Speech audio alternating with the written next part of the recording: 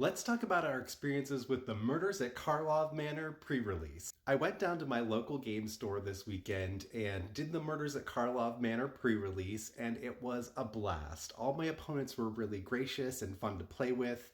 And as far as placement goes, I did pretty well. There was 29 people there and I ended up in 4th place. And as far as the format goes, I think it's pretty fun. I do think it's a little bit slower than some of the more recent formats that we've been getting for Sealed and Limited, but it's still too early to say for sure. From my experience, there was a lot of removal, so that sort of limits what the aggro decks can do as far as just burning you down, and makes gameplay a little bit more interactive as far as I'm concerned. As far as my deck goes, I got rares. I got 10th District Hero, which didn't actually do anything in my deck. I played it a few times. Every time it got removed before I could get any real value out of it. One time I played it, waited till the end of my opponent's turn, did both of the collect evidence triggers, and then in response to the second one resolving, or at the end of their turn, they just destroyed it with a murder. So that's how I felt about that one. It was fine as a removal magnet, but as actual game piece, I didn't actually get to do too much with it.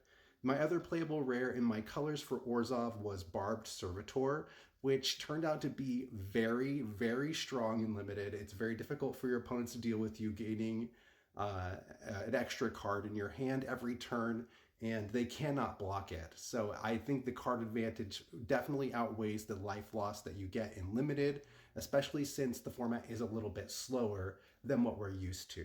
I did end up splashing a little bit of red because I got Aurelia, the Law Above, and every single time I played her, she won me the game. So that is a busted card in Limited. If you end up getting that one, play it, even if you have to splash it.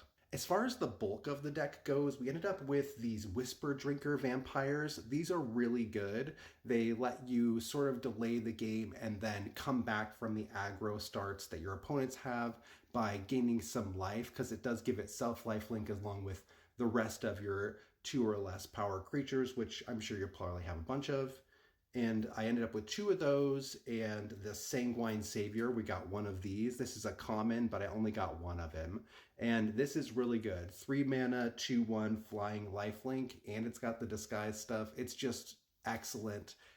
3 mana for a 2/1 flyer with lifelink is just really, really good. And then the other ones that we had here, Flotsam Jetsam. This card, crazy. Obviously, I couldn't play the Flotsam side. I don't think it's very good anyway, but the Jetsam side, where you have your opponent mill 3 cards and then you just get to cast a spell from their graveyard for free, I ended up playing this and casting like 2 and 4 drops, but it's totally fine because getting access to a variety of spells lets you take what you need at the time. And so even though you're going down on mana value most of the time with this spell, it's still excellent.